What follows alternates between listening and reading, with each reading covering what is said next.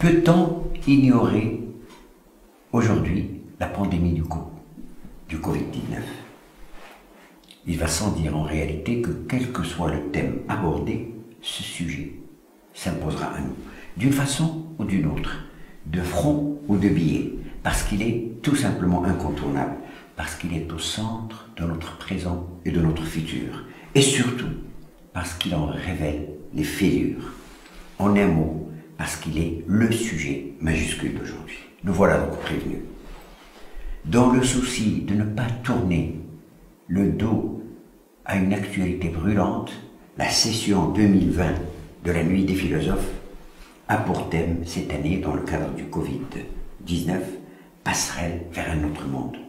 Le thème tel que conçu par les organisateurs sera entrevu en 3 volets. Premier volet, retour à l'état-providence, suivi par la fin de la mondialisation et enfin vers un nouveau modèle de développement économique, sociétal et environnemental. Mon intervention inaugurant cette session 2020 a lieu, vous l'aurez remarqué, à distance, loin de la présence et de l'enthousiasme du grand public dans lequel baigne cette manifestation. Je n'ai pas la prétention toutefois de traiter méthodiquement et exhaustivement de tous les aspects de la thématique susmentionnée. J'en suis d'ailleurs incapable. Les chapitres en cause font déjà l'objet de multiples débats, de très nombreuses conférences et déjà de livres en nombre. Je me limiterai donc à poser des questions autour de la situation présente, en m'efforçant d'aborder la nouveauté qu'elle représente, les perspectives d'évolution qui se profilent au vu du fléau en question.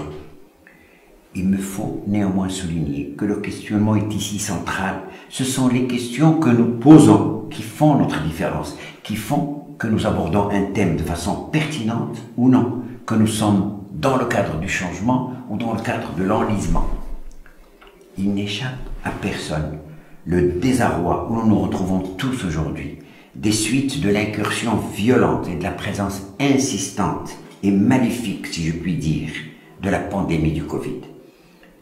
Celle-ci fait plus que hanter notre quotidien, elle s'en prend à nos proches et menace, tel un fantôme qui nous entoure, de s'en prendre à chacun de nous. En tout état de cause, elle bouleverse nos conditions de travail, remet en question nos priorités, notre vie tout court, en nous tenant à distance, non seulement de nos collègues, mais de nos proches parents et amis. Avec cette maudite pandémie, nous avançons masqués, comme dans une mascarade, qui a de plus en plus les allures d'un bal masqué mortuaire, où nous sommes conviés, pas toujours avec délicatesse. Alors qu'habituellement, les maladies nous rapprochent les uns des autres, en nous incitant à prendre directement et personnellement soin de nos malades, à les entourer de chaleur au sein de leur famille, à les toucher pour le consoler, le Covid bannit le toucher, qui est une manifestation de tendresse et d'affection. Elle creuse, quant à elle, les distances, elle éloigne, elle isole, et interdit de prendre dans ses bras les êtres chers et de déposer sans crainte des bisous sur les joues des enfants. Elle fait penser au moins symboliquement à une lèpre des temps modernes, où les malades sont parqués dans des aires de réanimation comme l'étaient les lépreux sur leur île. En tout cas, elle complique, c'est encore plus dur, elle rend plus difficile le processus de deuil en interdisant l'accès au corps des partants. Plus, le Covid ne se contente pas de tuer. Son action s'avère plus pernicieuse, plus sournoise, plus profonde. En plus de mettre à mal nos corps, il met à mal la société avec toutes ses composantes, dont il défait les liens et les reconfigure. Elle a ainsi fait condamner tous les lieux de rassemblement, des stades de sport, aux églises, aux mosquées, aux synagogues, aux restaurants, aux boîtes de nuit, aux bars, notamment tous les espaces de sociabilité où les gens donnent libre cours à leurs sentiments, à leurs effusions de joie, ou alors communient dans le partage et dans la prière. Elle n'a donc épargné ni les personnes, ni les biens. Elle a fragilisé plus encore les plus vulnérables socialement et économiquement parmi nous. Aussi, est-il temps de se remettre en cause, de s'interroger, de se poser des questions qu'on ne se pose pas souvent, au moins pas de façon claire, d'aller au-delà du questionnement lié d'habitude aux crises intervenues le long du XXe siècle. La Covid, en effet, a créé une situation nouvelle. Elle représente une rupture avec les crises coutumières du capitalisme. Elle lui est intérieure et en même temps extérieure, ce qui rend sa régulation plus compliquée. Elle mérite de ce fait un regard nouveau. Le capitalisme a une longue histoire de crises, dont certaines furent très graves, au point de menacer sa survie. Il s'en est toujours sorti, parfois avec brio, en réaménageant les liens dans les conditions de travail, en atténuant les luttes de classe par la renégociation des salaires, et toujours en louant tout azimut sa supériorité. Ainsi, avec la grande crise de 1929, l'intervention massive de l'État, l'innovation et le redéploiement d'un secteur industriel à grande échelle basé sur la consommation de masse, le système a sauvé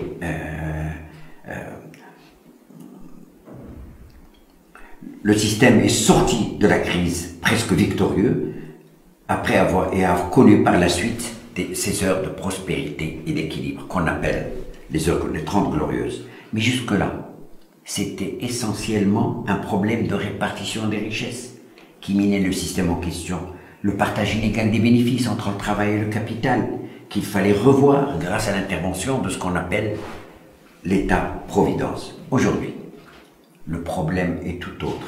Beaucoup d'eau a coulé sous les ponts. Les marges de manœuvre sont minces, sinon quasiment nulles. Le système est dans une impasse, non pas uniquement économique, mais civilisationnelle, qui semble sans issue. C'est dans ce contexte que la Covid qui se profile comme un rappel à l'ordre touchant au rapport des hommes entre eux et à leur rapport à l'environnement, à la nature.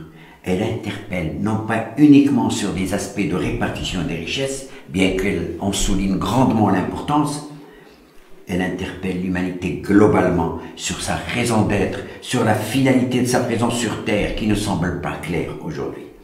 Elle constitue un avertissement, pour ainsi dire mortel, vu ses dégâts, ainsi que faisaient les grandes épidémies, en accentuant dans les imaginations l'imminence de l'apocalypse. C'est donc un appel à la conscience humaine, ou plus exactement à sa flagrante absence. Aussi, cette pandémie mérite-t-elle une réflexion en profondeur. Quelle occasion plus appropriée pour en traiter, même sans la nommer, que ces nuits philosophiques. L'intitulé de celle-ci, quoique cachotier, est en soi éloquent. Philosopher de nuit fait penser à un acte secret ou pudique, dans un contexte où la philosophie n'est plus un trait distinctif de notre époque. Philosophie de nuit, comme s'il n'y avait plus de véritable philosophie de jour, qui serait de l'ordre de l'interdit, parce que subversive. Ou enfin, comme si l'existence du jour lui-même, autrement dit de la lumière, des lumières jusque-là tant vantées comme fondement du système, était menacée. L'époque que nous vivons ne connaît pas de grands philosophes dont la réflexion se situe dans le concept de l'universel. Des philosophes qui prolongent la tradition philosophique supranationale, centrée sur l'homme de partout, l'homme de toutes les couleurs, l'homme de toutes les conditions, de toutes les confessions, sur l'humain et son devenir, et de nos jours sur les dangers qui le guettent. Il y a dans cette absence d'une grande philosophie dont nous avons pourtant un grand besoin, un refoulement de la philosophie humaniste par le système. Il y a certes des balbutiements, ici et là, isolés, mais inaudibles, mais pas d'œuvre majeure, en tout cas à la hauteur du défi. Passerelle vers un autre monde, c'est le thème que propose cette session des nuits philosophiques. Est-ce vraiment un hasard? Passerelle, comme si nous étions face à un ravin à enjamber, face à un torrent impétueux, à eux deux, symbole du danger imminent et de la nécessité de l'appel à des passeurs. Les philosophes sont en effet des relais, des jonctions, des passeurs munis d'une autorité morale. Ils parlent un langage universel, adeptes qu'ils sont d'une sagesse qui en fait naturellement des citoyens du monde, des autres mondes, de tous les mondes. Ainsi le sont parmi tant d'autres aussi féconds, Aristote, Platon, Averroès, Spinoza, Hegel, Marx. Ils réfléchissent à l'échelle du monde dont ils parlent la langue universelle. Leurs œuvres sont autant de passerelles. Ils voient mieux ce que le commun ne voit pas. Ils ont idée des lois régissant le changement des sociétés, le dépassement de leurs contradictions. Ils sont donc les guides idoines pour franchir les obstacles que sont l'exploitation éhontée, l'incompréhension, l'intolérance, l'ignorance, la haine. C'est à eux que reviendrait alors le soin de rédiger le nouveau manifeste du monde à venir, afin d'en forcer la venue. Alors, passerelle vers un autre monde, est en plus d'être légitime, tout à fait indiqué. Il est de la plus grande urgence de penser et de concevoir un autre avenir, un autre monde. Avec la pandémie qui sévit, assombrit l'horizon, la philosophie serait en effet d'un grand secours. La société capitaliste mondialisée a arrêté de faire de la philosophie comme si elle s'en était délestée peu à peu, peut-être parce que celle-ci la dérange, ou mieux encore parce qu'elle en est incapable, ce qui est sa façon à elle d'échapper au jugement de l'histoire. La société en question se pense en effet comme le début et la fin de l'histoire. Elle s'en fait le chapitre de clôture. Narcissique jusqu'à l'obsession, elle tourne le dos aux sociétés passées, aux sociétés voisines, à leur sagesse. S'étant instituée terre promise, elle ne voit ailleurs qu'ignorance et barbarie. Elle tombe en conséquence dans le piège qui la laisse sans horizon. Elle ne pense pas à l'avenir, parce qu'elle est pour elle-même l'avenir, le miroir où elle se mire, qui lui renvoie non pas son image réelle, mais un mirage scintillant, celui qu'échafaudent pour elle ces philosophes médiatiques et mystificateurs, les anti-philosophes du temps, qui flattent son ego et l'enfonce du coup dans l'inconnu, les maîtres actuels de l'image. Voilà pourquoi la grande philosophie n'y a pas sa place. Elle n'est pas interpellée, sollicitée, conviée au débat, parce qu'elle ne serait que dénonciation. La société capitaliste s'est revendiquée par rapport aux autres sociétés et à celles qui l'ont précédée comme étant le nouveau monde.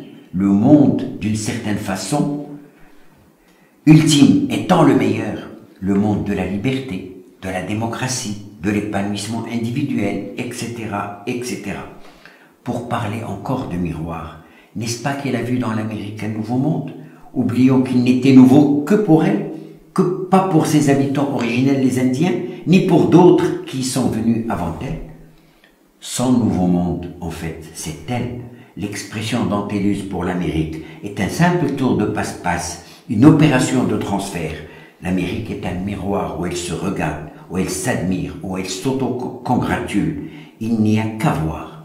Le résultat de nos jours, c'est bien aux États-Unis d'Amérique que la pandémie fait ses plus gros ravages, son plus grand nombre de victimes. Le grand pays de la liberté dont on rêvait est aujourd'hui celui de la liberté de mourir sans que l'on l'ait décidé librement de son propre gré.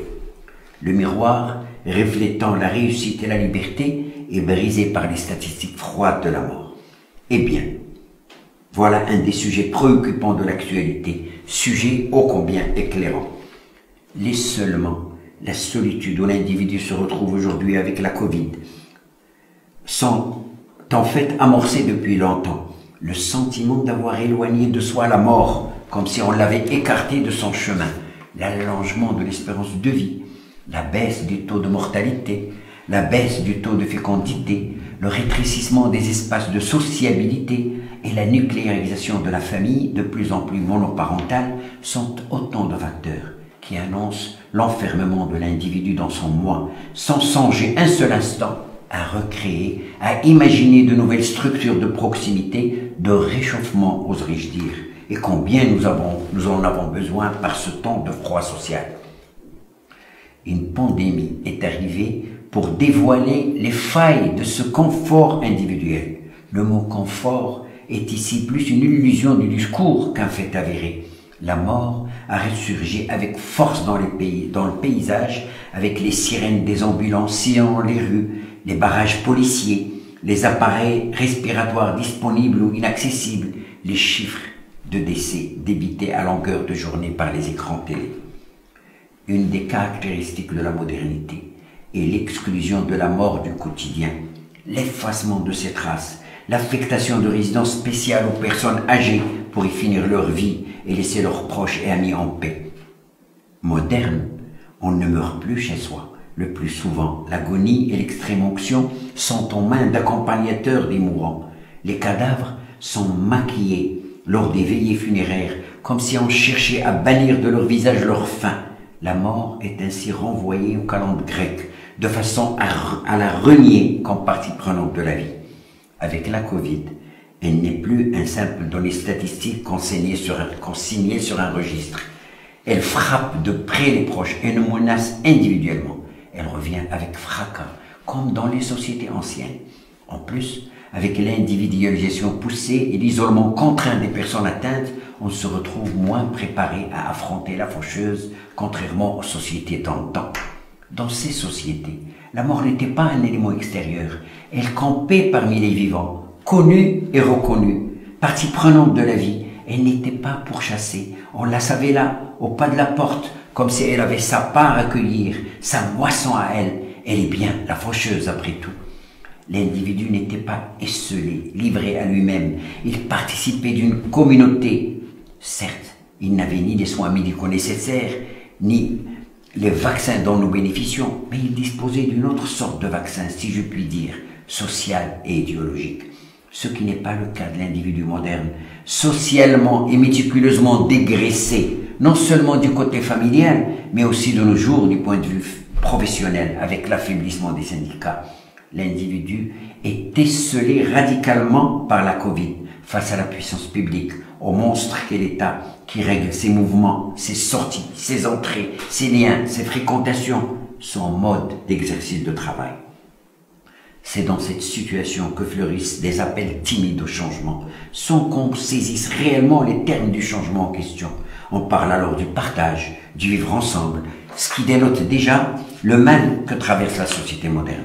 Les mots en question, trahissant les flagrantes inégalités, l'absence de solidarité et de plus en plus des liens eux-mêmes. Ces mots dénotent une impuissance à formuler le changement espéré, ses modalités, le mode de sortie du tunnel devenu une véritable impasse. Les déchirements sociaux à l'intérieur des pays développés, les problèmes liés à la difficulté d'intégrer, les conflits plus sanglants à l'échelle du monde, le terrorisme qui n'en est qu'un aspect, illustre assez la gravité de la situation. Le désespoir pour beaucoup. Du coup, on comprend mieux l'appel non plus à améliorer le monde, mais à fonder un autre monde, un nouveau monde. Cet appel est cependant significatif de l'incapacité de transformer le système de l'intérieur, de le réaménager, mais en même temps, c'est un signe de la faiblesse des protestataires face au fondement du système, aux gardiens du temple. La société capitaliste moderne est ainsi bloquée de l'intérieur par son incapacité à répondre aux besoins de ses membres, et notamment de ses membres les plus faibles, les plus fragiles, par son caractère prédateur qui détruit l'environnement à la vitesse de l'éclair. La pandémie vient d'en donner la démonstration, avec le spectacle paradoxal d'une humanité, entre parenthèses, développée, confinée chez elle, recourant malgré le progrès technologique à des méthodes des sociétés dites archaïques, à des procédures d'un autre âge que l'on croyait révolues. Il y a donc un véritable problème d'incohérence dans le système actuellement dominant entre le possible, en raison des potentialités existantes et les limites de l'envisageable, compte tenu des intérêts en place. Une incohérence flagrante entre ce que l'on peut entreprendre, ce que l'on peut imaginer et ce que l'on se contente de faire. L'homme est aujourd'hui face à des limites auxquelles il est contraint par son mode d'organisation sociale, dont la rationalité est celle du profit. Il est à présent impuissant devant une fatalité. La Covid tire la sonnette d'alarme en attirant l'attention sur les limites et les dangers qui guettent un système dont l'humain n'est pas, tout compte fait, la finalité. Si l'on se place dans une perspective historique, le système capitaliste dominant est tel un bateau en dérive, en raison, en plus de leur cupidité, de l'inconscience de ses capitaines qui se croient invincibles du fait de tous les appareils de contrôle, de protection, de médication dont ils disposent, et qui naviguent, malgré ça, dans la brume. Autrement dit, l'arche de la perdition est sur la voie du déluge, mais sans Noé. Malgré ces révolutions agricoles, ces révolutions industrielles multiples, malgré les lumières qui l'ont porté très haut, le système risque de basculer parce que la majorité de ses membres n'est pas prise en compte dans ce progrès, parce que malgré les possibilités incroyables d'innovation technologique, la majorité des travailleurs et des chômeurs, ces derniers étant de plus en plus nombreux, est exclue des bénéfices du système, même d'un droit minimal à mener une vie digne, et risque de voir beaucoup tomber comme des mouches devant une menace épidémiologique. Dans cette perspective, la Covid pourrait être comparée pour le système en place, du point de vue de son rôle et de son importance, à un avertisseur, un catalyseur chimique, un révélateur chimique. Elle met le point sur les i dans ce sens. Elle montre que le système capitaliste libéral, dans sa version présente, n'est pas le centre de l'histoire, ni son aboutissement ultime, comme la Terre n'était pas le centre de l'univers, mais une planète parmi tant d'autres.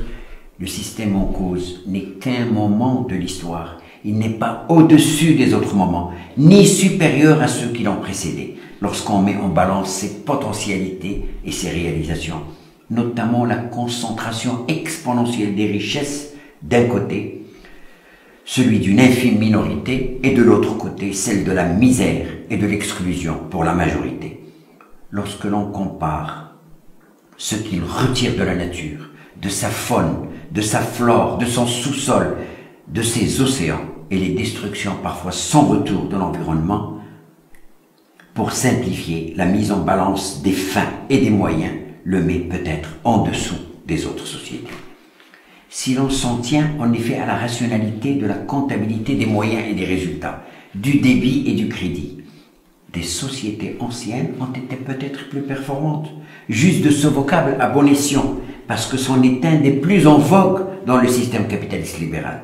Sociétés plus performantes malgré l'indigence générale, dans la solidarité face au risque, dans les croyances partagées par tous, dans le respect total de l'environnement souvent sacré quand il n'est pas divinisé. Il est temps de prêter plus d'attention à la sagesse de ces sociétés, au moins parce qu'elles nous ont légué un univers sain. Ils faisaient face à la mort avec dignité, parce qu'elle ne les étonnait pas, ne les déroutait pas. Elle n'était pas une surprise pour eux, alors qu'elle l'est pour nous. Il est temps d'en se regarder dans ce miroir que sont pour nous ces sociétés, afin de prendre conscience du drame que vit notre monde. Le problème est qu'en plus de l'inconscience des décideurs, des dangers encourus, il n'y a pas de solution, pas d'issue forte dans le sens d'un projet correctement formulé dans le cadre d'une réflexion philosophique profonde et portée par des groupes, par une partie organisée de la société capable de le défendre et de le mettre en œuvre.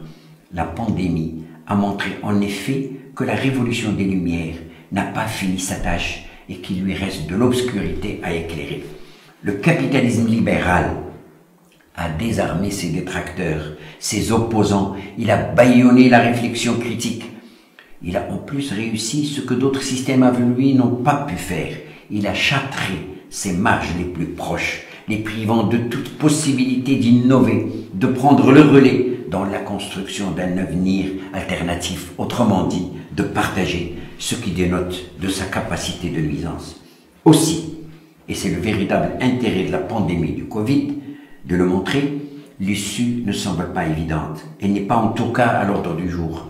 Le confinement est symboliquement l'expression de la mise en veilleuse d'un lien social capable de générer une solidarité réflexive, collective sur un vrai changement.